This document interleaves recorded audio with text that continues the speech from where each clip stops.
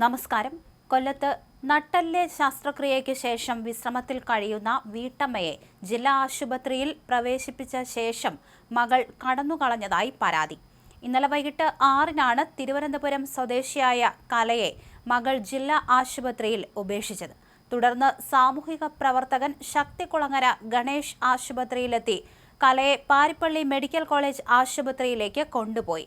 മൈസൂരിലെ താജ് ഹോട്ടലിൽ ഷെഫായി ജോലി ചെയ്തിരുന്ന കല ഒരാഴ്ച മുൻപാണ് കൊല്ലത്ത് താമസിക്കുന്ന മകളുടെ വീട്ടിലെത്തിയത്. ഇവർക്ക് അവിടെ വച്ചായിരുന്നു ശസ്ത്രക്രിയ ചെയ്തതെന്നും പറയുന്നു. 4 മാസമായിട്ട് മെഡിസിൻ ഇല്ല. അപ്പൊ അതിൻ്റെതായ ബുദ്ധിമുട്ടുകളുണ്ട്. പിന്നെ പ്ലേറ്റും റാഡും ഒക്കെ ഇട്ടിട്ടുണ്ട്. എങ്ങനെ പറ്റിയതാ ഇത്? ഞാൻ ദിവസവും 2 ലിറ്റർ സെവനപ്പ് കുടിക്കുമായിരുന്നു. സെവനപ്പ് ഞാൻ അങ്ങനെ 5 വർഷം കുടിച്ച് അങ്ങനെ എനിക്കിങ്ങനെ പെയിൻ വന്ന് MRI സ്കാനിങ് എടുത്തപ്പോഴാണ് ഇതുപോലെ സ്പൈനൽ കോഡിൻ്റെ അവിടെ 2 മുഴ. അവിടെ നിന്ന് എന്നെ കൊണ്ടുവന്നതാ. പോയി എൻ്റെ അടുത്ത് പറഞ്ഞു മകളൊന്ന് പറയരുതെന്ന്. എൻ്റെ മകളല്ല, എനിക്ക് ഇനി പറയണ്ട. മകളല്ലെന്ന് പറയാൻ പറഞ്ഞോ? എൻ്റെ മകളല്ലെന്ന് എനിക്ക് പറയണേന് എനിക്ക് യാതൊരു ബുദ്ധിമുട്ടുമില്ല. അവക്ക് തൃഷ. അവർക്ക് മക്കളുണ്ടോ? അവക്കൊരു മകനുണ്ട്.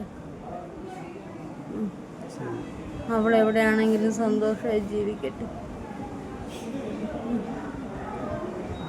ഒരാഴ്ചക്കാലമായിട്ട് ഭക്ഷണം പോലും മകൾ നൽകിയില്ല എന്നും പറയുന്നുണ്ട്. ശസ്ത്രക്രിയയ്ക്ക് ശേഷം മുറിവിൽ പുഴുവരിച്ചു, ദുർഗന്ധം വമിക്കുകയും ചെയ്യുന്ന അവസ്ഥയിലായിരുന്നു. അമ്മയെ ശുശ്രൂഷിക്കാൻ പ്രയാസമാണെന്ന് പറഞ്ഞാണ് ഇന്നലെ മകൾ ജില്ലാ ആശുപത്രിയിൽ എത്തിച്ച ശേഷം കടന്നുകളഞ്ഞതെന്ന് കല പറഞ്ഞു.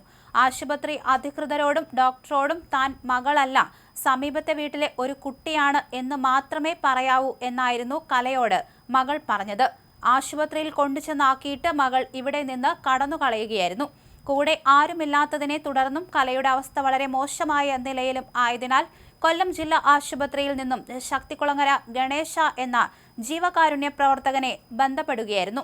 തുടർന്ന് ഗണേഷ് കലയെ ജില്ലാ ആശുപത്രിയിലെ ഡോക്ടറുടെ നിർദ്ദേശപ്രകാരം പാരിപ്പള്ളി മെഡിക്കൽ കോളേജിലേക്ക് കൊണ്ടുപോവുകയായിരുന്നു. തനിക്ക് വിശക്കുന്നു, ഭക്ഷണം വേണമെന്നായിരുന്നു അവർ പറഞ്ഞത്. ഉടൻ തന്നെ ഗണേഷ് ഭക്ഷണവുമായി എത്തി. എന്നാൽ ഇരുന്ന് ഭക്ഷണം കഴിക്കുവാനോ ഒന്നും തന്നെ അവർക്ക് കഴിയില്ലായിരുന്നു. ഗണേഷ് തന്നെ ഭക്ഷണം വാരി നൽകിയാണ് പാരിപ്പള്ളി മെഡിക്കൽ കോളേജിൽ എത്തിച്ചത്. കൊല്ലത്ത് എവിടെയാണ് മകൾക്കൊപ്പം താമസിച്ചത് എന്ന് പോലും സാമൂഹിക പ്രവർത്തകരും പോലീസും ചോദിച്ചപ്പോൾ സ്ഥലം എവിടെയാണെന്ന് കൃത്യമായി പറയാൻ കലയ്ക്ക് അറിയില്ലായിരുന്നു. സ്പൈനൽ കോഡ് സർജറി കഴിഞ്ഞു.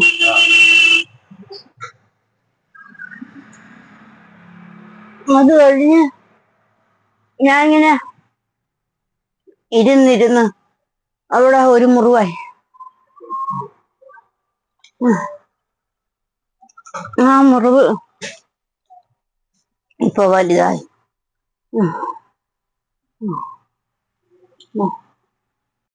സ്പൈനൽ കോഡ് സർജറി കഴിഞ്ഞു.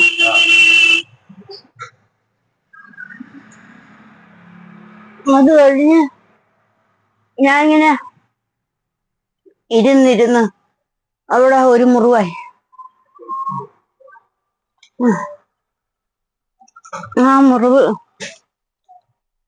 ഇപ്പൊ വലുതായി.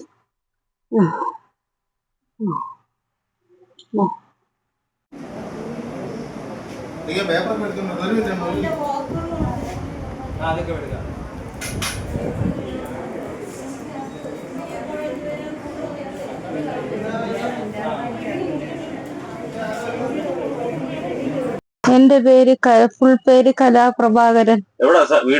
ഞാൻ ജനിച്ചതും പഠിച്ചതും വളർന്നതും എല്ലാം മൈസൂർ. എന്റെ അച്ഛൻ ചന്ദനപ്പണിയായിരുന്നു. ചന്ദനത്തില് വലിയ വലിയ സരസ്വതി, ലക്ഷ്മി അതൊക്കെ ഉണ്ടാക്കണത്. എനിക്ക് താജില് ജോലി ഉണ്ടായിരുന്നു. ഇനിയും 16 വർഷം സർവീസ് ഉണ്ട് എനിക്ക്. ഞാന് സെവനപ്പ് കുടിച്ച് 5 വർഷം സെവനപ്പ് കുടിച്ചതില് എന്റെ സ്പൈനൽ കോഡ് താഴെ 2 മുഴ വന്നിട്ട് അതില് വേര് പോലെ കാലിലൊക്കെ ഇറങ്ങി. ആ സർജറി മൈസൂരിൽ വെച്ച് എല്ലാം കഴിഞ്ഞ് പ്രൈവറ്റ് ഹോസ്പിറ്റലില്.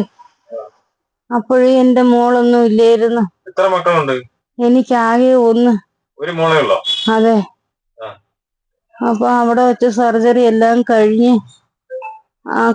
2 മാസമായപ്പോഴാണ് ഇവളെന്നെ കാണാൻ പറഞ്ഞത്. അതുവരെ എനിക്ക് അവൾക്ക് ഒരു റിലേഷനും ഇല്ലായിരുന്നു. ഭർത്താവോ? എന്റെ ഭർത്താവ് ഇവക്ക് ഒരു 12 വയസ്സുള്ളപ്പോ ഉപേക്ഷിച്ചു പോയി.